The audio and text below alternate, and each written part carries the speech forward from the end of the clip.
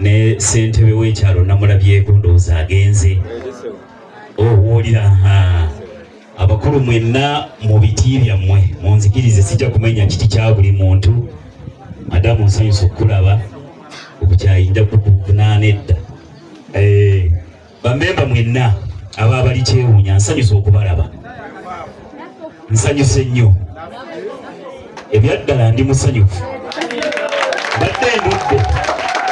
mbadde ndudde okujja mu mikolo gy'abawuliriza ekifaanana bwe kiti era bwe baŋŋambye nti tugenda kaliisize ne baŋŋamba waaligenze naffe ne mbagamba jagenda ngandowooza ate n'abakiŋŋambye nabo baŋŋambye ng'akakolo kambi katonotono testi bantu batudde mu bujjaawo bagenda kusanyukamu naye neewuunyizza nnyo singa nategedde ekyo omukolo ogufaanana bwe guti nalize nyambadde essuuti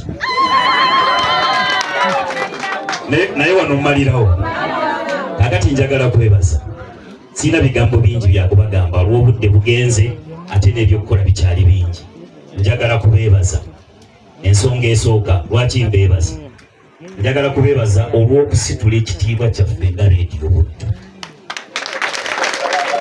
nze ekyo kyensoose okulaba era eri mukama waffe ow'oku ntikko bwe naaba nnyumyamu naye kubanja kumuwa alipoota gye ŋŋenda okujja wano kye ŋŋenda okumugamba nti abantu b'ensanze eri ate leediyo yaffe bendera yaayo bagiwanika na mikono ebiri nolwekyo mwebale nnyo mwebalire ddala temujjangu okwo ako nno ffe si kabonero ke tugenda okuyisaako amaaso nga Reediyo Buddu tugenda kukitwala ku mutendera gwe mukikwatiddeko naffe tujja kukiteekamu amaanyi gaffe gonna okulaba ng'ekibiina kino tubayambako we kyetaagisiza ffe kye tulina ennyo nga Reediyo Buddu y'empewo eyo tukiyina mu bungi tetugigabira mu kajiiko tusena busenyina kibaafu naye ninako enno tusinzeemu oba kendabye chairman bw'abadde ayogera abaatandika abantu nga bataano nze ndi musajja musiraamu naye wano abakatuliki ndaba muli bangi naye nzikiriza ezebbiri mukimanyi tezaatandikanga ku luku y'abantu betudde zaatandikira ku bantu omu eyange yatandikira ku Nabbi Muhammad kusasira n'emirembe bibeere ku ye ate ey'ekikulisitaayo n'etandikira ku Yesu Kristo kusasira n'emirembe bibeere ku ye naye laba bwe tufaanana essaawa zino tuli bangi nnyo era abantu abo ababiri ne bamala bajja ne baga nti kale abagoberezi bange munnyimirire emabega ne bakyuka bwe bati batunuleyo bayinza okuziriga nga balaba enkuyanja y'abantu kaakati ge maanyi ago nze gendabye mmwe ababali kyewuunya ge muteeka okukoppa mwatandika muli batono kati mujjuza tenti bbiri mbakakasa bwe mutambula bwe muti mwalizimba ekizimbe ky'emyaliro egiwera mu Kaliisizo tawuni kansaawo ekyo ekirooto nkibalengeddemu nkibalabyemu era temuddirira mutambulire awo mujja kuvaamu omulamwa ne bazzukulu bammwe gwe bajja okusanga babawandiikeko mu bitabo nga bali abasajja ababiri benkubuulidde betwogerako emyaka 20 kati gye giyiseewo naye tuboogerako buli lunaku lwa nsonga eyo kubanga kye baatandika baalaba vision eyo era ye vision eyo gye tukyatambuliramu kale nammwe mutambule bwe mutyo akalala njagala kubeebaza olw'okutuwuliriza nga Reediyo Buddu kubanga singa temwali bawuliriza ba Reediyo Buddu ate temwali ekuŋŋaanyiza kubanga mwasooka kufuuka bawuliriza ba Reediyo Buddu ate ne mulyoka mukuŋŋaana ne mwekolamu omulimu oba oliawo waliwo n'ababeeyungako oluvannyuma nga Reediyo eyo tebagiwuliriza naye ne batandika nabo okugitegeera mwattu ne bagirabamu omulamwa njagala kubeebaza olw'okutuwuliriza n'okutuwagira akalala njagala kubasaba munywerezaawo temuvanga ku Reediyo Buddu kubanga naffe tubasuubiza tetujja kukola ki tetujja kubavaako ndoza chairman yakyogeddeko n'agamba nti tubawo ebirango bammemba byabwereera naye njagala kubakakasa nti mmwe gye munaakoma okugejja ne mufuna omulamu ogwetaaga empewo. Empewo esinga ku birango era tujja kugibawa.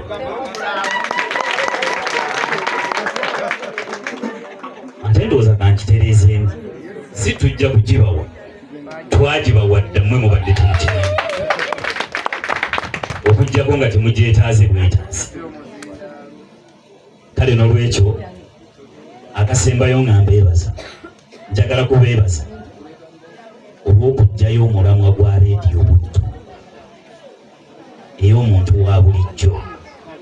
Ogwo gwe mulamwa olujegere olutuvuga, naye mu birooto byaffe gye tuyita vision and mission mulimu okukyusa embeera z'abantu nga tukozesa emizindaalo egyo gye twogererako mu studio egitali kino. Kaakati bwe nzija wano nendaba abantu mbadde ntudde awo munnange nankuba akaama naŋŋamba owaayi bano abasajja edduuka gye baali kaziza gye baaguze bino konze baalese ekkabu. Kaakati abantu bwe baba nga basobola okukaza edduuka ne balireeta mu lujja wano, okakasa ddala leediyo Buddu eba tebakozeemu mulimu. Ekirooto kyayo nakyo kiba tekituukiridde. Era bye bimu ku bye ŋŋenda okwanjulira omugagga omukulu ono gwe mulaba akutte kamera ye mwami Jesse, ye social media manager waffe. Era mbadde muga nti twate ebintu ebyo bulungi nnyo, nina okubiraga managing director mugambye olabye amaanyi ga leediyo Buddu. N'olwekyo njagala kubeebaza omulamwa gwaffe obunaffe bwe tulaba mwekozeemu omulimu ogufaanana bwe guti, kiba kitegeeza naffe omulamwa gwaffe tugulabyeko. Eri gye tuli mu studio tukakasa nti twogera n'abantu ng'ebyaddala tubakolamu omulimo. Mwebale nnyo, mwebalire ddala butawuliriza leediyo Buddu ne mukoma ku kukinyumirwa na kunyumirwa bye tukola mu ndeeri na kuwuliriza nnyimba na kuzinyumirwa, naye ne mukozesa omukisa gwa leediyo eyo okwekolamu omulimo mmwe kennyini nga bwe mukikoze.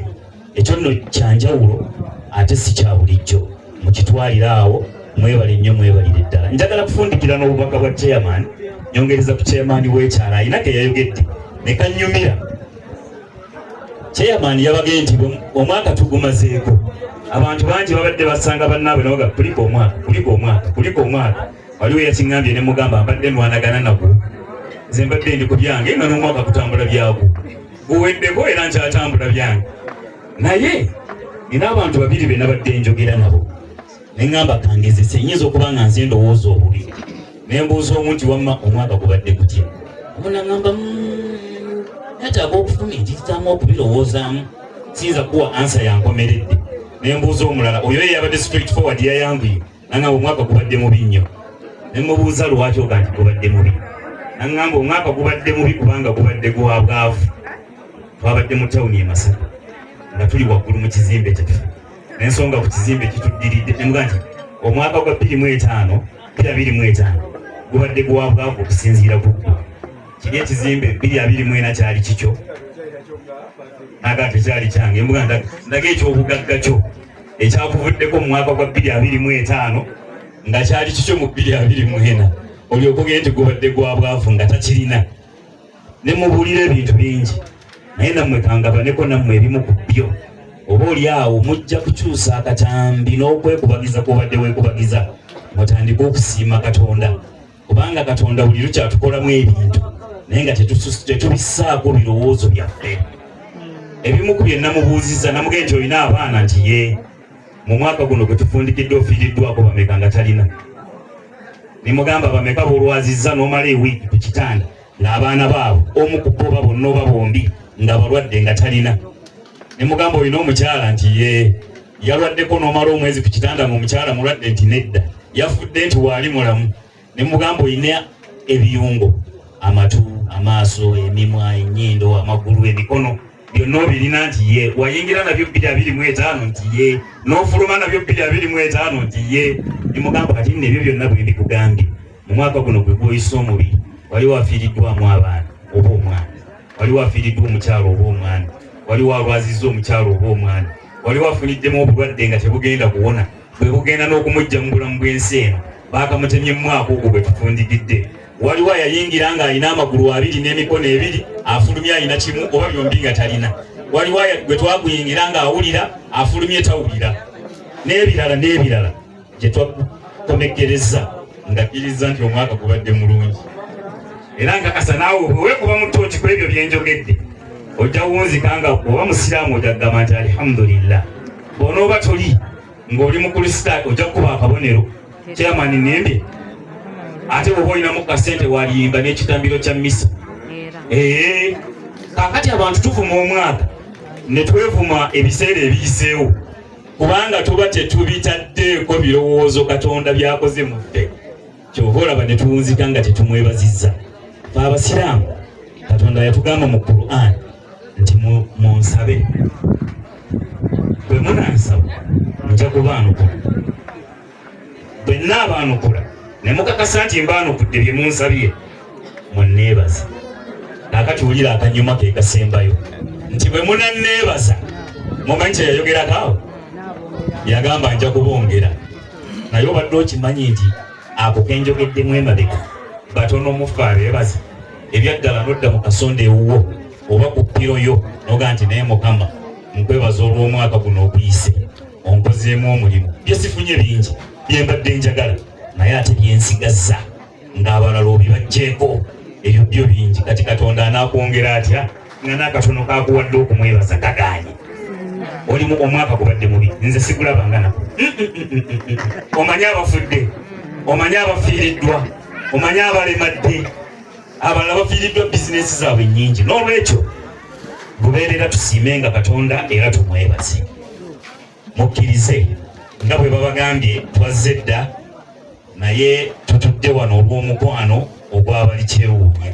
Singa nagenze dda ndwawo nnyo okumala mu kifo ebbanga lye mumaze wano ge mazima amatuufu kubanga obuvunaanyizibwa tulina bungi. Abakozi ba leediyo tetubeera na nnaku nkulu.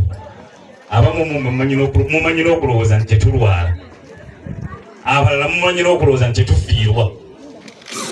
Naye byonna ebyo bitutuukako naye obuvunaanyizibwa bw'omulimu busigala butukutte. Kale mukkirize bannaye tubaagaliza omukolo omulungi naye ate njagala kwebaza abakoze ku byenfumba. Abakoze ku by'okufumba mutugabudde nnyo era tusiimye. Era n'abeewaffe tubawadde ka message ne tubaga nti ebadde eyaffe mubeeko be mugigabira kubanga eno batutereezezza. Bannaye abafumbye mwebale nnyo, mwebalire ddala ekijjulo kibadde kisufu. Kaakati waliwo ankubye akaama n'aŋŋamba nti seeyanjudde naye era temunnamanyi. Abatamanyi muwanike omukono, muli batono mubuuze abammanyi. Abatawanise mbalabye nga bangi kitegeeza abammanyi be bangi kati abatamanyi bubuuze abammanyi. Naye kale nze Haji Ssekasamba Umaru Bukenya, nze programs manager wa Radio Butto.